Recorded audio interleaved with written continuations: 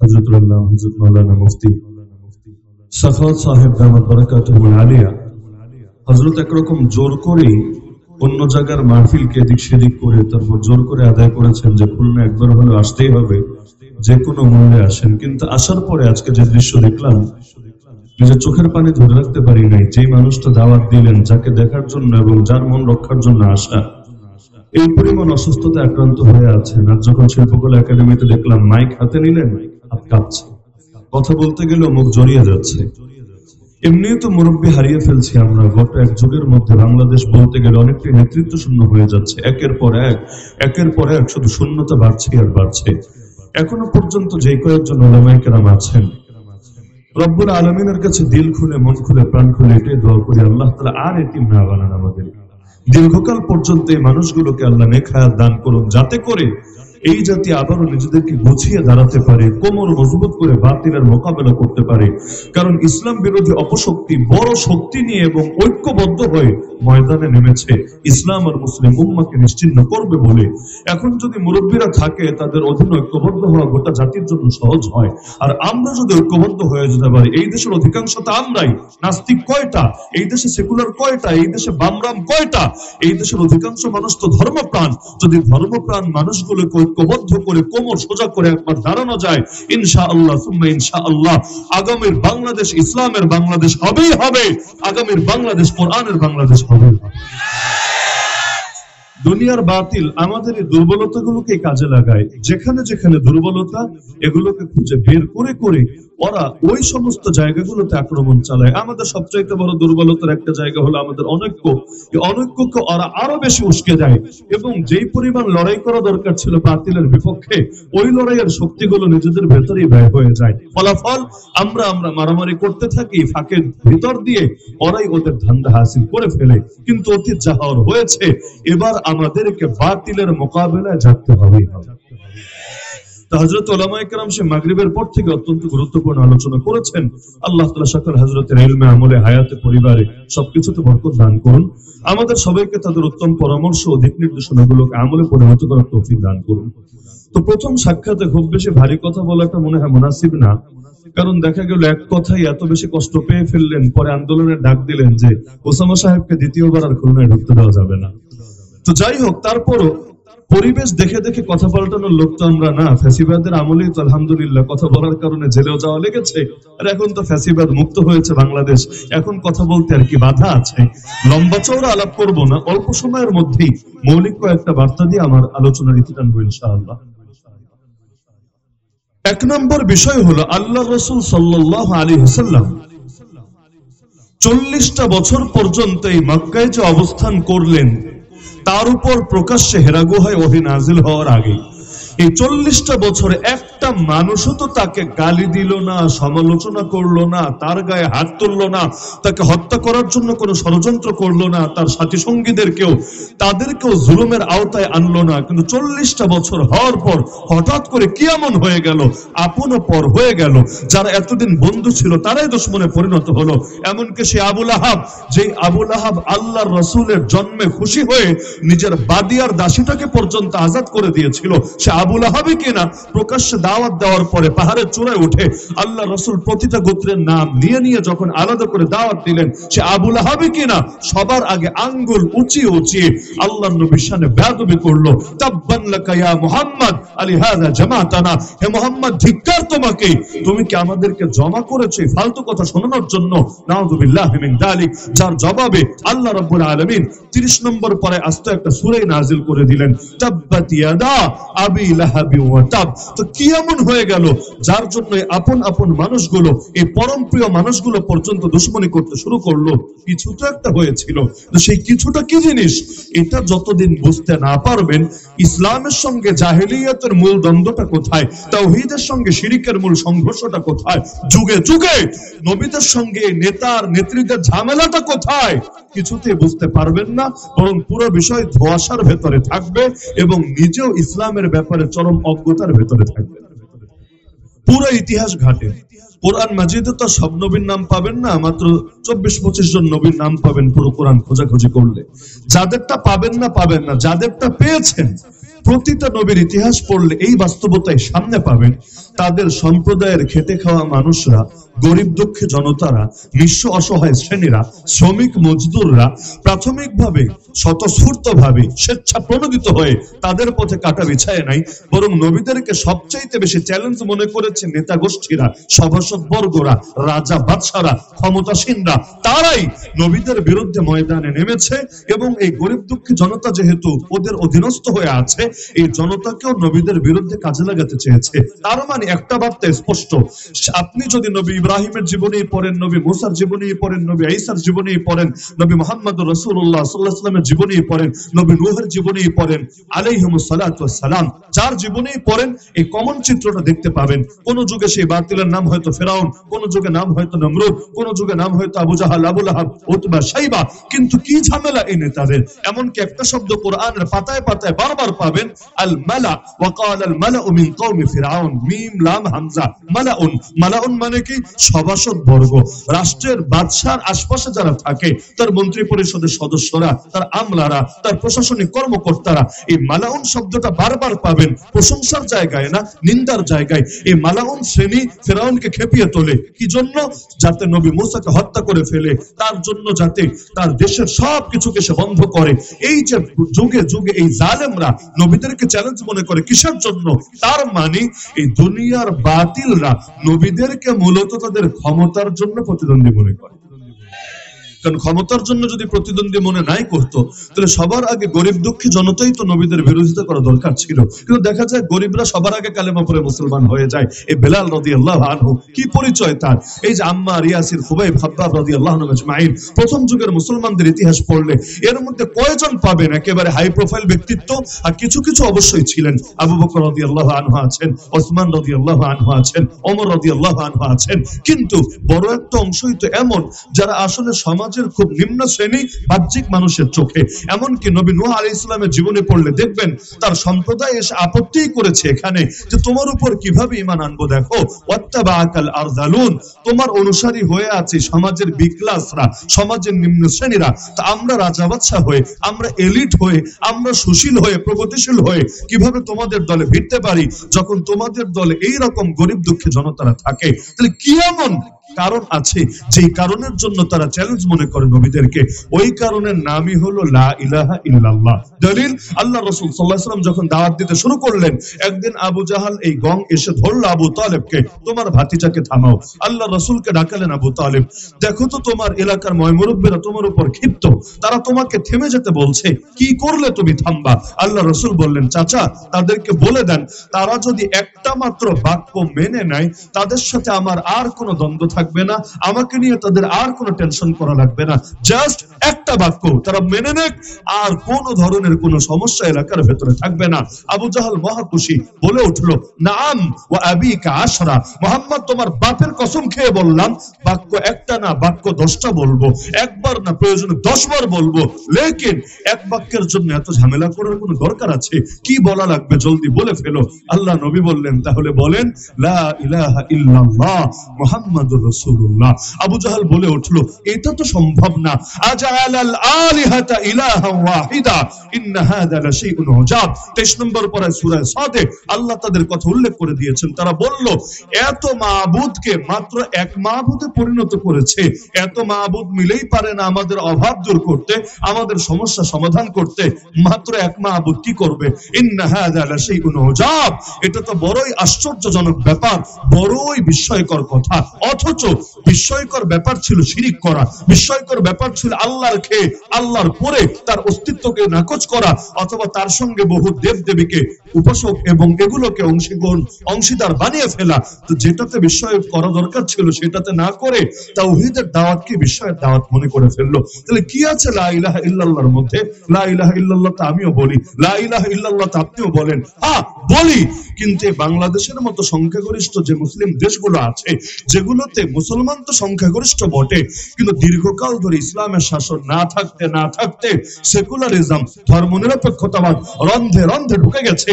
এরা লা ইলাহা ইল্লাল্লাহর অর্থটাকে অস্পষ্ট করে ছেড়েছে। এরা বোঝাতে চায় লা ইলাহা ইল্লাল্লাহ মানে খালি আল্লাহর জন্য নামাজ পড়বা, লা ইলাহা ইল্লাল্লাহ মানে খালি আল্লাহর জন্য রোজা রাখবা, লা ইলাহা ইল্লাল্লাহ মানে খালি আল্লাহর জন্য হজ করবা, লা ইলাহা ইল্লাল্লাহ মানে খালি আল্লাহর জন্য যাকাত দিবা, লা ইলাহা ইল্লাল্লাহ মানে শুধু আল্লাহর নামে কুরবানি করবা, লা ইলাহা ইল্লাল্লাহ মানে কি আল্লাহর নামে মানত করবা, আল্লাহর নামে কসম করবা, লা ইলাহা ইল্লাল্লাহ মানে তোমার ব্যক্তি জীবনের ইবাদত বন্দেগী গুলো শুধুমাত্র আল্লাহর জন্য করবা, আর বাকি কোনো জায়গায় আল্লাহকে স্পেস দিবা না। আল্লাহকে রাজনীতিতে স্পেস দেওয়া যাবে না, কারণ আল্লাহকে স্পেস যদি দাও তাহলে ঈশ্বরের অনুসারীরা কি বলবে, ভগবানের অনুসারীরা কি বলবে, দেবদেবীর অনুসারীরা কি বলবে। তো যাতে করে ওরা ক্ষিপ্ত না হয় এজন্য ঈশ্বরকে স্পেস দিবা না, ভগবানকে স্পেস দিবা না, দেবদেবীকে স্পেস দিবা না, আল্লাহকে স্পেস দিবা না।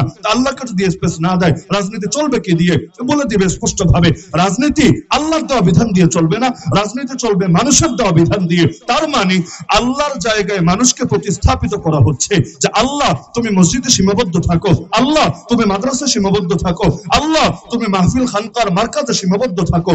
রাজনীতি চলবে মানুষের বানানো আদর্শ দিয়ে, অর্থনীতি চলবে সুদের ভিত্তিতে, পুঁজিবাদের ভিত্তিতে, মানুষের বানানো আদর্শ দিয়ে, আইন কানুন চলবে কোরআন দিয়ে না, সুন্নাহ দিয়ে না, সেটাও মানুষের বানানো আদর্শ দিয়ে। বিচার আচার চলবে মানুষের বানানো আদর্শ দিয়ে, আইন কানুন চলবে মানুষের বানানো আদর্শ দিয়ে, সংবিধান লেখা হবে মানুষের বানানো আদর্শ দিয়ে, সভ্যতা সংস্কৃতি চলবে মানুষের বানানো আদর্শ দিয়ে, বিনোদন হবে সেটাও মানুষের বানানো আদর্শ দিয়ে, এমনকি ফ্যামিলি ল চলবে সেটাও মানুষের বানানো আদর্শ দিয়ে। আল্লাহকে কোণঠাসা করে রাখা হবে খুবই ক্ষুদ্র একটা জায়গার ভেতরে। এভাবে অফার যদি আবু জাহালকে দেওয়া হতো, আবু জাহাল নারাজ হতো না, বলতো ঠিক আছে। কেন?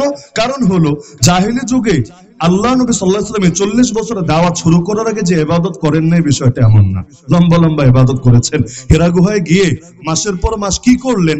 ইবাদতই তো করেছিলেন। আল্লাহ রাসূল সাল্লাল্লাহু আলাইহি ওয়াসাল্লাম হজের সময় হাজীদের খেদমত করেন নাই?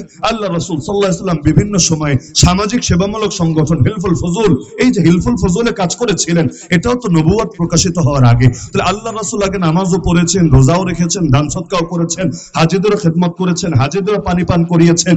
এমনকি আমার আগের আলোচক তো ঘটনা শোনাচ্ছিলেন, ওই যে হাজরে আসওয়াদ নিয়ে দ্বন্দ্ব লেগেছিল, আল্লাহ রাসূল সেই দ্বন্দ্বের সমাধানও করেছিলেন। এগুলোর কারণে কেউ তার উপর ক্ষিপ্ত হয় নাই। যদি নামাজের কারণে ক্ষিপ্ত হতো, আল্লাহ রাসূল যখন হিরা গুহায় গিয়ে নবীর উপর অ্যাটাক করে দিত, কই তখন তো মারলো না। তাহলে 40 বছর পর্যন্ত ইবাদতের জন্য কেউ মারলো না, কেউ ধরলো না, কারণ ইবাদত ওরাও করতো। ল্যাংটা হয়ে হজ করতো, ল্যাংটা হয়ে করুক আর কাপড় পরে করুক, হজ তো করতো। আরে ওরাও নামাজ পড়তো, যদিও কখনো সেজদা আল্লাহরে দিত আর কখনো দেবদেবীরে দিত।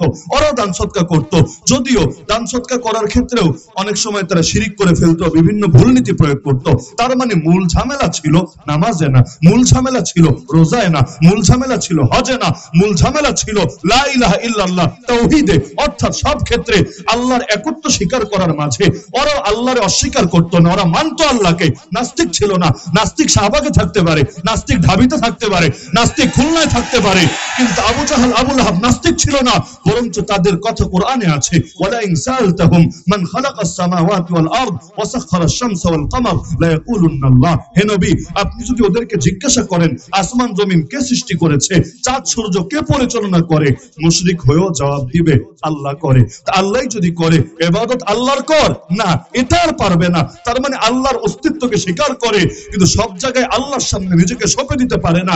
ইসলাম মানে কি? ইসলাম মানে আত্মসমর্পণ করা। মুসলিম কাকে বলে?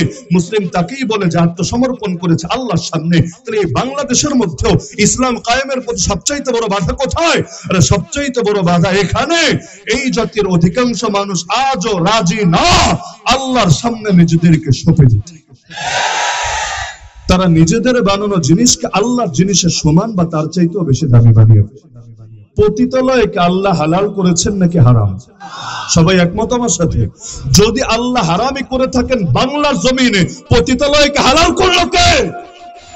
আরে আল্লাহ তাআলা রাস্তায় রাস্তায় ভাস্কর্য আর মূর্তির নামে যেগুলো বানানো হয়েছে, daddy of the nation, papa of the নেশনের বানাক আর যারটাই বানাক, এই যে মূর্তি দিয়ে পুরো বাংলাদেশকে সয়লাভ করে দিয়েছে। ঘরের মধ্যে যদি ছবি থাকে, ওই ঘরে রহমতের ফেরেশতা আসে না। সেখানে অলিতে গলিতে হাটে ঘাটে মাঠে যদি এভাবে মূর্তির বন্যা বয়ে দেওয়া হয়, পূজার মূর্তি না, বরঞ্চ যেই মূর্তিগুলোর কারণে কেউ পূজা তো করবেই না, উল্টা এগুলোর কারণে শুধু রহমতের ফেরেশতা আসবে না। তা আল্লাহ রাব্বুল আলামিন এগুলোকে হালাল করেন নাই, বাংলাদেশ এগুলো হালাল করলো কে? আল্লাহ তো সুদকে হালাল করেন নাই, সুদকে তার বিরুদ্ধে যুদ্ধ বলে ঘোষণা দিয়েছেন। সুদের 70 পাপের সর্বনিম্ন পাপ নবী জানিয়েছেন নিজের আপন মায়ের সাথে জিনা করার সমান। তাহলে আজকে পুরো বাংলাদেশের অর্থনীতির মেরুদণ্ড সুদ হলো কিভাবে? আল্লাহ তো বেহায়াপনাকে, বেলাল্লাপনাকে, অশ্লীলতাকে হালাল করেন নাই, বাংলার জমিন এগুলোকে হালাল করলো কে? নায়ক নায়িকা, গায়ক গায়িকাদেরকে সর্বোচ্চ সম্মান দেওয়ার অধিকার দিলটাকে? এমনকি আলেমকে কখনো রাষ্ট্রীয় পুরস্কার না দিলেও ওদের জন্য সবসময় স্পেশাল মর্যাদা, বিভিন্ন পদক বরাদ্দ রাখার অধিকার দিলটাকে? আরে যারা জিনা ছড়িয়ে দেয় মুসলমানের ঘরে ঘরে, আরে যাদের কোনো অবদান নাই এই দেশে, না রাজনীতির অঙ্গনে, না জনমানুষের ভেতরে, না কোনো সেবামূলক সংগঠনে, শুধুমাত্র মুসলমানের ঘরে ঘরে ব্যভিচার ছড়িয়ে দিতে পেরেছে। আল্লাহ মাহমুদ শফিকে তেতুল হুজুর বলে গালি দিয়েছে, প্রকাশ্যে সমকামিতার পক্ষে দালালি করেছে, এমনকি ফ্যাসিবাদের পা নিজে তো চেটেছে, নিজের বৌর দিয়ে পর্যন্ত চাটিয়েছে। এইরকম লোকগুলোকে ধরে ধরে উপদেষ্টা বানানোর অধিকার কে দিয়েছে?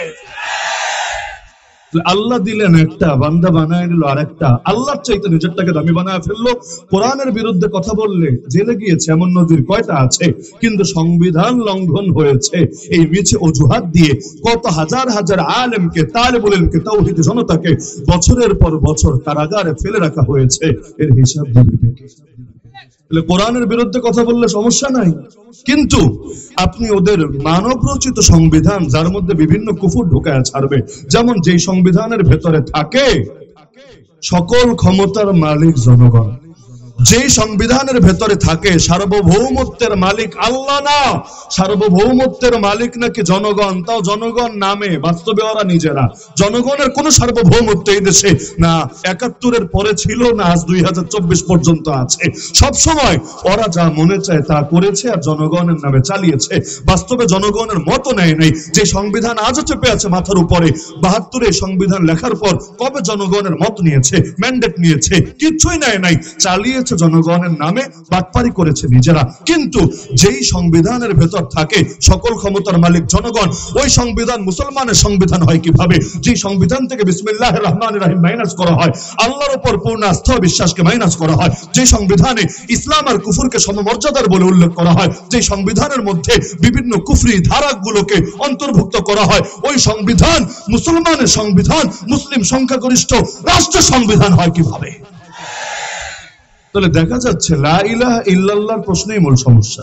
মূল ঝামেলা ইবাদতে না, মূল ঝামেলা আকীদায়, ঈমান নিয়ে। কেন?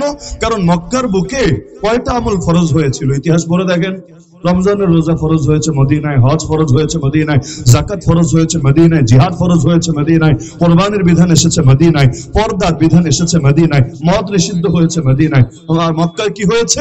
শুধু মেরাজের সময় আল্লাহ তাআলা ৫ ওয়াক্ত ফরজ নামাজের বিধান দিয়েছেন, এটাও মোটামুটি মক্কা শেষ দিকে। তাহলে আল্লাহ নবীকে এই যে মক্কায় দাওয়াত শুরু করার পর থেকেই এত মারলো, এত গালি দিল, এত জুলুম করলো, আল্লাহর কসম করে বলি, আরে আমার গাল তো নবীর গালের চাইতে বেশি দামি না? নবীর গালে তো চড় মারা হয়েছিল, আরে আমার গলা তো নবীর গলার চাইতে বেশি দামি না? আল্লাহ নবী নামাজে দাঁড়ালে তার গলায় চাদর পেঁচিয়ে শ্বাসরুদ্ধ করে হত্যা করে ফেলার চেষ্টা করা হয়েছিল। আরে আমার গা তো নবীর গায়ের চাইতে বেশি দামি না? নবীর গায়ে পাথর ছুটতে ছুটতে তার দেহটাকে রক্তাক্ত করে ফেলা হয়েছিল। আরে আমার পেট তো নবীর পেটের চাইতে বেশি দামি না? তাকে ক্ষুধার জ্বালায় পেটে পাথর বাঁধতে হয়েছিল, মাসের পর মাস শুধু পানি আর খেজুর খেয়ে কাটিয়ে দিতে হয়েছিল। আরে আমার সময় তো নবীর সময়ের চাইতে বেশি দামি না? আল্লাহ নবীকে ৩ বছরের বেশি সময় অবরুদ্ধ, যেটা কারারুদ্ধের চাইতেও কঠিন অবস্থা, সেভাবে অবরুদ্ধ করে রাখা হয়েছিল। আরে আমার বাপ চাচার দাম আল্লাহ নবীর বাপ চাচার চাইতে তো বেশি না?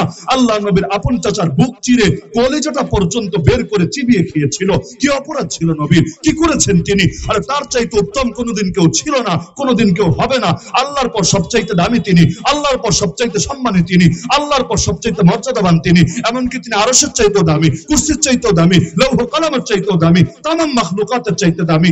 এই যে আল্লাহর রাসূল এত দামি, এত সম্মানী, তাহলে তাকে সম্মান দিল না কেন? তাকে নিকৃষ্ট নিকৃষ্ট গালি দিল, কখনো বলল পাগল, কখনো জাদুঘর, কখনো কবি, কখনো গণক, কখনো জ্যোতিষী, এমনকি এক পর্যায়ে মক্কা ছাড়তে বাধ্য করলো। মক্কা ছাড়ার পর কই শান্তি দিল? ৯.৫ বছরে ২৭টা যুদ্ধ করতে হলো, আর ৪৭টা ময়দানে বাহিনী পাঠাতে হলো। কি করেছিলেন তিনি? তিনি শুধু একটা অপরাধী করেছিলেন ওদের নজরে, তিনি বলেছিলেন রব্বুনা আল্লাহ, আরে রব হলেন আল্লাহ। তো সুতরাং সব ক্ষেত্রে এই রব্বুনা আল্লাহর উপর অটল থাকতে হবে, অবিচল থাকতে হবে। প্রতিটা ক্ষেত্রে আল্লাহ নিরঙ্কুশ আনুগত্য করতে হবে। আল্লাহ যা বলবেন সেটাই চূড়ান্ত। সেটা আবু জাহালের মতের সাথে মিললেও চূড়ান্ত, মতের সাথে না মিললেও চূড়ান্ত। এমনকি একটা ইতিহাস আমি স্মরণ করিয়ে দিই, পড়েছেন হয়তো সবাই, তবে সবাই হয়তো এভাবে চিন্তা করেন নাই। আল্লাহ নবীকে মক্কায় ক্ষমতার অফার দেওয়া হয়েছিল নাকি হয়নি? কিভাবে? নবীকে বলেছে, ভাতিজা তুমি কি চাও বলো। নারী চাইলে আরবের সবচাইতে সুন্দরী নারী এনে দেব, সম্পদ চাইলে সম্পদের পাহাড় বানিয়ে দেব, আর যদি ক্ষমতা চাও, তোমাকে নেতা মানতে আমাদের কোনো দ্বিধা নাই, কোনো আপত্তি নাই। তোমার চরিত্র এতটাই মহানুভব, তোমাকে দারুন নাদওয়া নামক পার্লামেন্টের মেম্বার বানিয়ে দিব।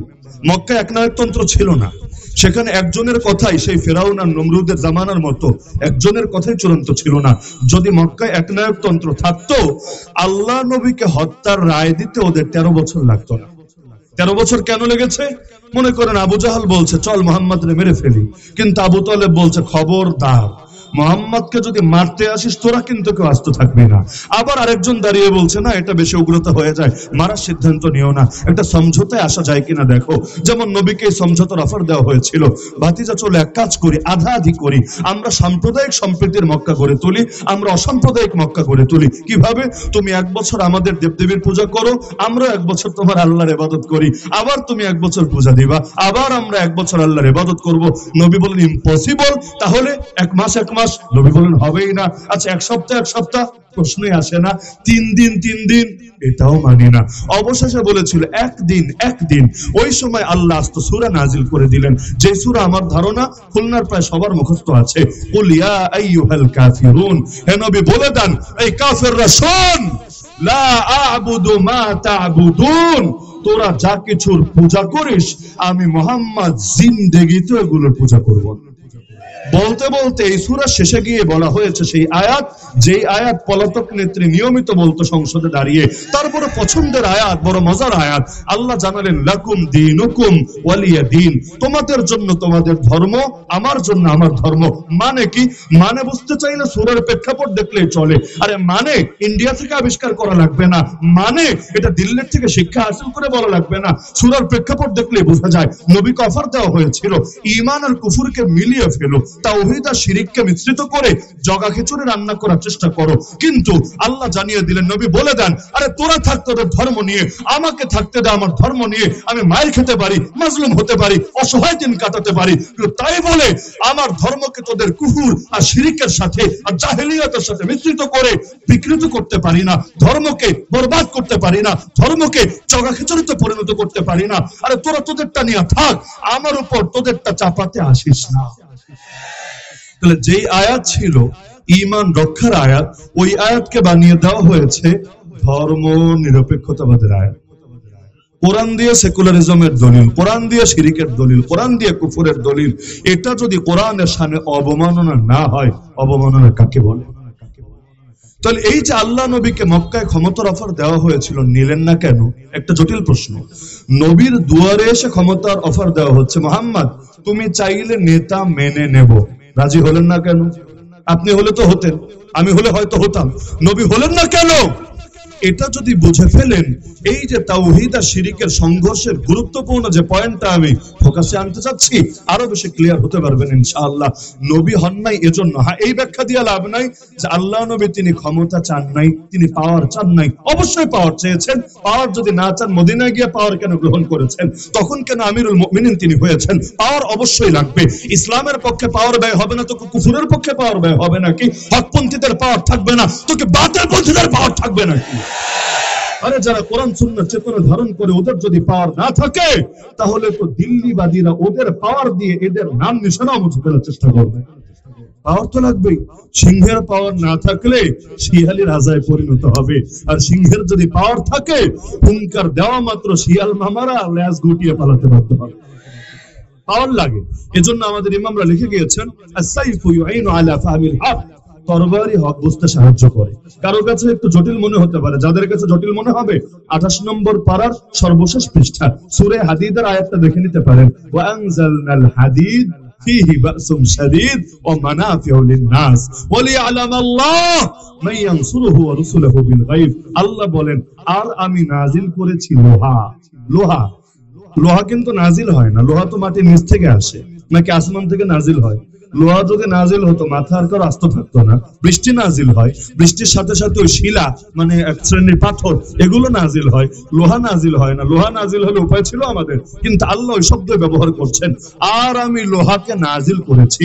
মূলত এটা উপর থেকে পড়ে নাই, উপর থেকে নিচে নামানোকে নাজিল করা বলে। তো আল্লাহ এই শব্দ কেন ব্যবহার করেছেন? এই শব্দ ব্যবহার করেছেন তিনি যে কোরআন নাজিল করেছেন, ওই কোরআনের সাথে এর একটা বাহ্যিক রূপক সাদৃশ্য দেখানোর জন্য। কারণ এর আগে আল্লাহ বলে দিয়েছেন যে তিনি কোরআন নাজিল করেছেন যাতে করে মানুষ ন্যায় প্রতিষ্ঠা করতে পারে। তারপরে তিনি বলে দিচ্ছেন আর লোহাও নাজিল করেছেন, যে লোহার মধ্যে প্রচন্ড রণশক্তি আছে আর মানুষের জন্য বহু উপকার আছে, যাতে করে আল্লাহ জেনে নিতে পারেন কে তাকে এবং তার রাসূলকে সাহায্য করে অদৃশ্য ভাবে। আপনি বলতে পারেন হুজুর লোহার মধ্যে কি উপকার? আরে লোহার মধ্যে উপকার আছে বলেই তো ল্যাজ গুটিয়ে পালিয়েছে। লোহায় যদি উপকার না থাকতো পালাতো কি দিয়ে? আপনি বলতে পারেন হুজুর পালিয়েছো তো আমরা রাজপথে নামার কারণে। কে বলেছে? যতই রাজপথে নামেন না কেন, লোহাওয়ালারা, আমি নাম বলতে চাই না, লোহাওয়ালারা সবাই যদি নব্য লক্ষণ সেনের পক্ষে থাকতো, তাহলে যতই আপনারা রাজপথে নামেন না কেন লাভ হতো না, উল্টা আপনাদের বুকগুলোকে গুলি করে ঝাঁঝরা করে দিত। দুনিয়াকে গুলির আকাল পড়েছে নাকি? গুলি প্রয়োজনে কিনে আনা হতো। যদি লোহাওয়ালারা পক্ষে থাকতো আন্দোলন ব্যর্থ হওয়ার সমূহ আশঙ্কা ছিল। কিন্তু লোহা যখন নিউট্রাল পজিশনে চলে আসলো যে আর বেশি দালালি করতে পারবো না, আর বেশি চাটাচাটি করতে পারবো না, কারণ বেশি চাটাচাটি করলে জাতির সঙ্গে প্রতারণা হবে, পরবর্তীতে জাতি এই চাটনেওয়ালা জিব্বারেও টাইনা ছেড়ে দিতে পারে, এজন্য আর পারবো না চাটতে, তখন কিন্তু ঠিকই বাধ্য হয়েছে পালাতে। লোহার দরকার নাই, লোহার দরকার নাই। লোহা মানেই খারাপ না রে ভাই। কেন? ডাক্তারের হাতেও ছুরি থাকে, ডাকাতের হাতেও ছুরি থাকে, থাকে না? আমি কিন্তু একটু সফট করে বলছি, আমি নরমালি এত সফট করে বলি না, কিন্তু আগে বলেছি না যে খুলনা আসলাম যেহেতু প্রথমবার, একটু সফট করেই বলি। প্রথম সাক্ষাতে বেশি কষ্ট দিতে নাই, না হলে আবার বদদোয়া টদদোয়া দিবেন আশঙ্কা আছে। ডাক্তারের হাতেও ছুরি থাকে, ডাকাতের হাতেও ছুরি থাকে। দেখতে উভয়টা একরকম হতে পারে, কিন্তু আসলে কি দুই ছুরি এক? ডাকাত ছুরি দিয়ে কোপানো লাগবে না, জাস্ট যদি দেখায় আপনাকে রাস্তায়, এই যে মাহফিল থেকে ফিরবেন 12টার সময় এক চিপা গল্লিতে যদি বের করে খালি দেখায়, দেওয়া লাগবে না মায়ের, সারা জীবন যতবার মনে পড়বে দিল থেকে বদদোয়া বের হয়ে আসবে। আর ডাক্তার খালি দেখানো লাগবে না, ছুরি দিয়ে যদি কেটেও ফেলে, যেমন অনেক নারীর পেট কেটে বাচ্চা বের করে আনে, অনেকের অঙ্গে পচন ধরে, কেটে এটাকে আলাদা করে ফেলে শরীর থেকে, এতে কিন্তু কেউ বদদোয়া তো দেয়ই না, উল্টা আসার সময় ইয়া মোটা এক বান্ডিল দিয়ে আসে, বান্ডিল তো দেয়, আবার একটা থ্যাংক ইউ দিয়ে আসে, স্যার আপনার থ্যাংক ইউ, আপনি খুব ভালো কাটাকাটি করতে পারেন, কাটাকাটিতে ভীষণ এক্সপার্ট, আগামীতেও যদি আমার ফ্যামিলির কারো কাটাকাটি লাগে নিয়ে আসবো আপনার কাছে, সুন্দর মতো কাইটা দিয়েন। তো এই যে দেখা গেল তাকে হাদিয়াও দিল, তারে থ্যাংক ইউও দিল, পরবর্তীতে আবার যাবে এই আশ্বাসও দিল। কেন? আগেরটাও তো ছুরি, পরেরটাও তো ছুরি, ছুরিতে ছুরিতে পার্থক্য কি? আপনি বলবেন দেখতে যদিও দুটি ছুরি, কিন্তু এক ছুরি হলো গজবের ছুরি আর এক ছুরি হলো রহমতের ছুরি। ইসরায়েলের হানাদারের হাতে অস্ত্র, আর হামাসের মহান মুজাহিদিন ইয়াহিয়া সিনওয়ার আর খালেদ মিশালের এই যে সৈনিকরা যারা আছে তাদের হাতে অস্ত্র। দেখতে দুটোই অস্ত্র মনে হতে পারে, কিন্তু দুই অস্ত্র এক অস্ত্র না। ইসরায়েলিদের হাতের অস্ত্র, জায়নিস্টদের হাতের অস্ত্র, জঙ্গিবাদের অস্ত্র, টেরোরিজমের অস্ত্র, সন্ত্রাসের অস্ত্র, গজবের অস্ত্র। আর এই ফিলিস্তিনের মহান মর্দ মুজাহিদদের হাতের অস্ত্র রহমতের অস্ত্র, জিহাদের অস্ত্র, দ্বীন কায়েমের অস্ত্র। আবু জাহালের হাতেও তরবারি, মুহাম্মদুর রাসূলুল্লাহ সাল্লাল্লাহু আলাইহি ওয়াসাল্লামের হাতেও তরবারি। দেখতে দুটোই তরবারি, তো দুই তরবারি এক না। তরবারিতে পার্থক্য আছে, কাঁটা দিয়ে কাঁটা তোলা লাগে, এটাই সিস্টেম। সে তরবারি দিয়ে আসবে আপনার কল্লা ফেলে দিতে, আপনি কি বসে বসে তাসবিহ টিপলেই খালি হবে নাকি? বরং এক হাতে তাসবিহ রাখলে আর এক হাতে ওর তরবারির আঘাতকে প্রতিহত করার জন্য আরেক তরবারিও তো রাখা লাগবে। সাইফুম মিন সুয়ুফিল্লাহ, খালিদ বিন ওয়ালিদকে তো নবী নামই দিলেন আল্লাহর তরবারি, আল্লাহর তরবারি। তো তরবারি যদি খারাপই হয় তার নামই আল্লাহর তরবারি দেয় কিভাবে?